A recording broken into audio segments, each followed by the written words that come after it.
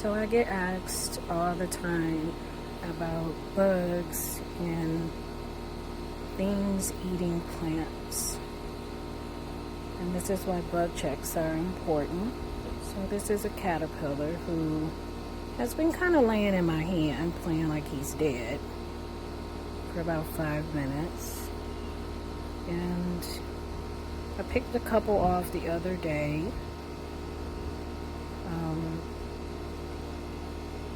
And this is a moth caterpillar. I have lots of moths in my backyard. And I've been managing them pretty well this year. Last year I didn't know what to do with them.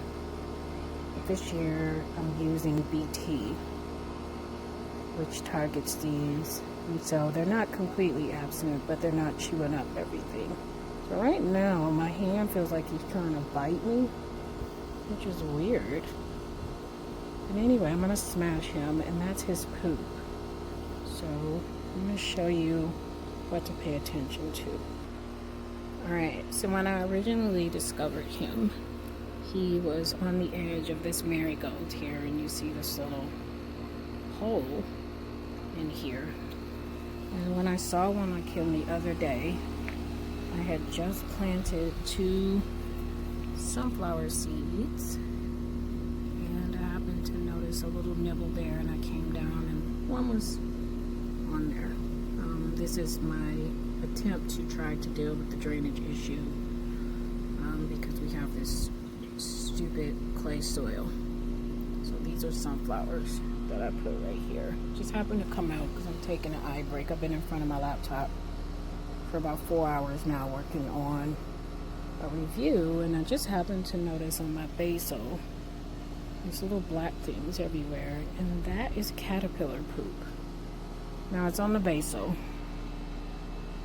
so I'm okay, because the main reason that I'm growing this basil this way is to attract pollinators, and as you see, I don't have a shortage of basil. This plant has started to grow over into that bed, and this one has started to come over into this bed. But yeah, so, and as you see, there's another one. So he is the candidate for this poop.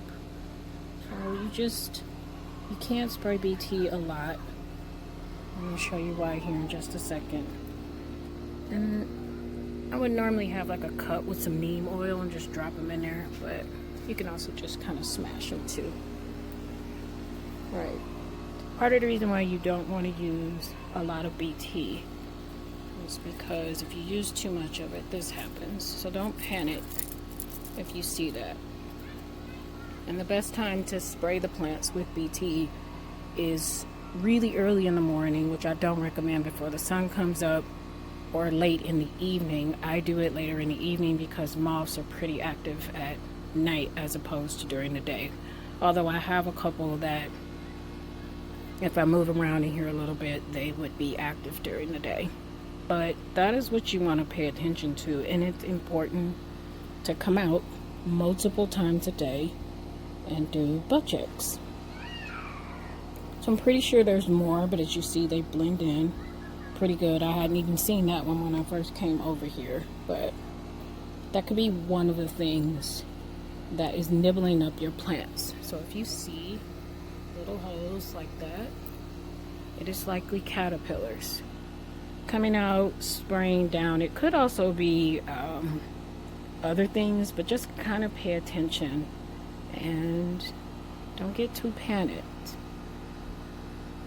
So if you are an organic gardener and you want to go chemical free, which we do, if it's not natural, I'm not using it, with the exception of me dealing with ants. We have harvester ants really bad here in Arizona, and them little suckers last year was taking out my black-eyed peas. So I use ant baits, and basically they'll go in there and they'll drink that liquid, and it lets them live long enough to take it back to where the colony is, and they'll start to die off. So I'm not 100% free of ants, but they are not taking over. And as you see, My black-eyed peas are doing just fine. I have one in my pocket that I just harvested, and as you see, I got a lot more coming. I mean, even with that plant, which last year, this was like Ant Haven. And as you see here, it's doing just fine. It got nibbled on a little bit. That is how much damage caterpillars can do very, very quickly. And it is so hot in the greenhouse that I had to resort to putting a big fan in here. So it's about 1:15 outside, about 3 p.m. And it's about 1:20 in here. But as you see, everybody is doing just fine. I mean, that big okra plant, that's just normal. It's hot. That's normal. Once the sun starts to go down, they'll lift back up. But as you see, and we're harvesting about 6 pods per day. I am really hopeful because I have been seeing bees on the cucumbers lately, and I'm hopeful that that is my first pollinated lemon cucumber. Because so far, as you see, I'm growing a bunch of leaves. But having a greenhouse in Arizona is possible. It's very, very possible. So, yeah. So I'm now up to 15 okra plants. I plan to put some more. I did look at the planting calendar through our local extension, and it does look like I could have transplanted some peppers, but I have pepper seeds. So I'm gonna plant some pepper seeds in the greenhouse. So I'm going back to my intensive. So for me, that's too much soil exposure. So for what I'm doing right now is just starting with some nitrogen fixers, because again, you're not supposed to fertilize in the summer. So we'll just have to do some things natural and on their own. This is my first year with cantaloupes. I got excited thinking I had some cantaloupe babies, but they haven't moved past that size. So I'm thinking they're gonna drop here soon. So if things are not flowering or fruiting right now in July, don't panic. This is plants' normal behavior. They go dormant and they focus their energy on surviving. But if they're still green, like that, it's all good. In direct heat, if they are still green, like you see my big okra baby over there, don't panic. It's all good. Some things are going brown. They're going brown, like the zinnias over here. Things are going to turn brown and die back. Kind of like big boy over there.